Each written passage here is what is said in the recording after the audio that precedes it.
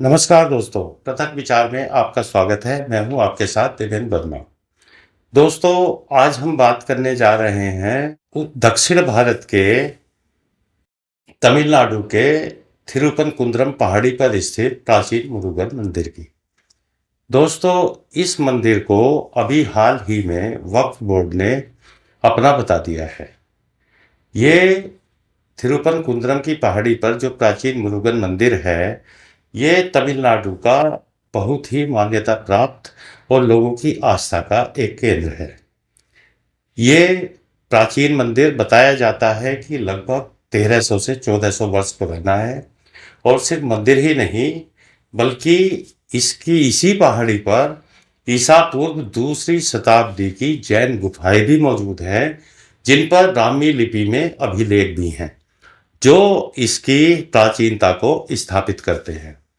तो दोस्तों, ताज़ा मामला ये है कि इसी मंदिर से सटाकर मुस्लिम समुदाय ने वहाँ पर एक दरगाह का निर्माण कर लिया, जिसको ये सिकंदर दरगाह बोलते हैं। साथ ही इन्होंने वहाँ पर कोई सालाना उर्स जैसा कोई उत्सव मनाना शुरू कर दिया। और हद तो तब हो गई जब अभी इन्होंने इस बार वहाँ मंदिर के बिल्कुल नज़दीक इस पवित्र पहाड़ी पर जानवर ले जाकर उन्हें काटने का प्रयास किया, उनकी बलि देने का प्रयास किया। इसकी खबर मिलते ही हिंदुओं में एक आक्रोश फैल गया और हिंदू सड़कों पर उतर पड़े, और जिसका नतीजा ये हुआ कि सरकार को इस मामले में हस्तक्षेप करना पड़ा। और सरकार ने, अब चूंकि आप देखिए कि तमिलनाडु में लगभग 5.6% मुस्लिम आबादी है और लगभग 6.25% क्रिश्चियन आबादी है। वहाँ पर 85% से अधिक हिंदू आबादी है। फिर भी आप देखिए कि वहाँ की सत्ता में जो लोग बैठे हैं, वो हिंदुओं का किस कदर एक तरह से तिरस्कार करते हैं, किस कदर हिंदुओं के हितों के खिलाफ जाते हैं। ये कारण सिर्फ इस वजह से है कि हिंदू बुरी तरीके से जातियों में और संप्रदाय में बटा हुआ है, जिसका फायदा वहाँ के राजनेता उठाते हैं। वरना क्या कारण हो सकता है कि 85% हिंदू जनसंख्या वाले राज्य में हिंदुओं के खिलाफ ही कार्रवाई करने वाली, हिंदुओं के हितों के खिलाफ फैसला लेने वाली कोई सरकार अस्तित्व में रह सकती थी। लेकिन चूंकि हिंदू तो बटा हुआ है ही, तो इसका फायदा उठाकर दूसरे पक्ष को खुश करने के लिए ये हिंदुओं के खिलाफ किसी भी हद तक जाने के लिए वहाँ की सरकार तैयार रहती है। तो ताज़ा मामले में भी ये हुआ कि इन्होंने बलि पर तो रोक लगा दी, लेकिन साथ ही उनको ये छूट दे दी कि वो पका हुआ मीट वहाँ ले जा सकते हैं और उसको वहाँ खा सकते हैं। अब सरकार के इस फैसले से हिंदू जनता में बेहद आक्रोश उत्पन्न हो गया।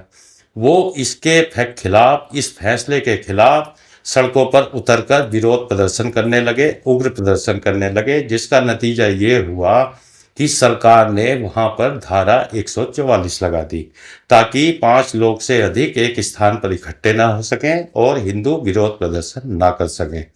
इसके जवाब में कुछ हिंदू संगठन कोर्ट चले गए, तो कोर्ट ने वहां पर विरोध प्रदर्शन करने के लिए हिंदुओं को 1 घंटे की परमिशन दी। उस 1 घंटे की परमिशन में ही इतनी बड़ी मात्रा में हिंदू वहां सड़कों पर उतरे, इतना बड़ा एक जनाक्रोश देखने के लिए मिला, जिससे सरकार को ये समझ आ गया कि अब इस हिंदू नाम की जाति के अंदर, इस हिंदू नाम के प्राणी के अंदर इतनी जागृति तो अब जरूर आती जा रही है कि वो अपने साथ होने जा रहे अन्याय को सहन करने के मूड में अब नहीं है। दोस्तों, ये देखकर बहुत ही सुकून महसूस होता है कि जो हिंदू जागृति अभियान पिछले 10 वर्षों से देश के अलग अलग जगहों पर चल रहा है, जिससे हिंदुओं के अंदर इतनी जागृति आ रही है, उसका असर अब दक्षिण भारत में भी देखने को मिल रहा है। वरना आपने देखा ही है कि किस तरह सबरीमाला प्रकरण में वहाँ पर हिंदुओं के साथ अन्याय किया गया था, या इसी मामले को देख लीजिए, अब आप देखिए कि एक इतना प्राचीन मंदिर जिसकी जिसकी मान्यता पूरे तमिलनाडु में एक बेहद प्राचीन मंदिर के रूप में है। लोग उसको बताते हैं कि ये 1000 से भी ज़्यादा वर्ष पुराना है और उसी के बगल में एक दरगाह बनाकर उस मंदिर को और उस पूरी पहाड़ी को मुस्लिम समुदाय द्वारा अपना बताना, ये कितने ताज्जुब की बात है। आखिर ऐसी हिम्मत ये लोग लाते कहाँ से हैं? अब आप देखिए कि काफ़ी लंबे समय से इनका प्रयास है कि मंदिर के पास जो ये थिरुपन कुंद्रम पहाड़ी है, इसका नाम बदलकर सिकंदर पहाड़ी कर दिया जाए। ये इसको सिकंदर पहाड़ी के नाम से ही बुलाते हैं और इनका कहना है कि ये शुरू से ही सिकंदर पहाड़ी है। तो ये, और दूसरा ये है कि ये विषय कोई आज का नहीं है।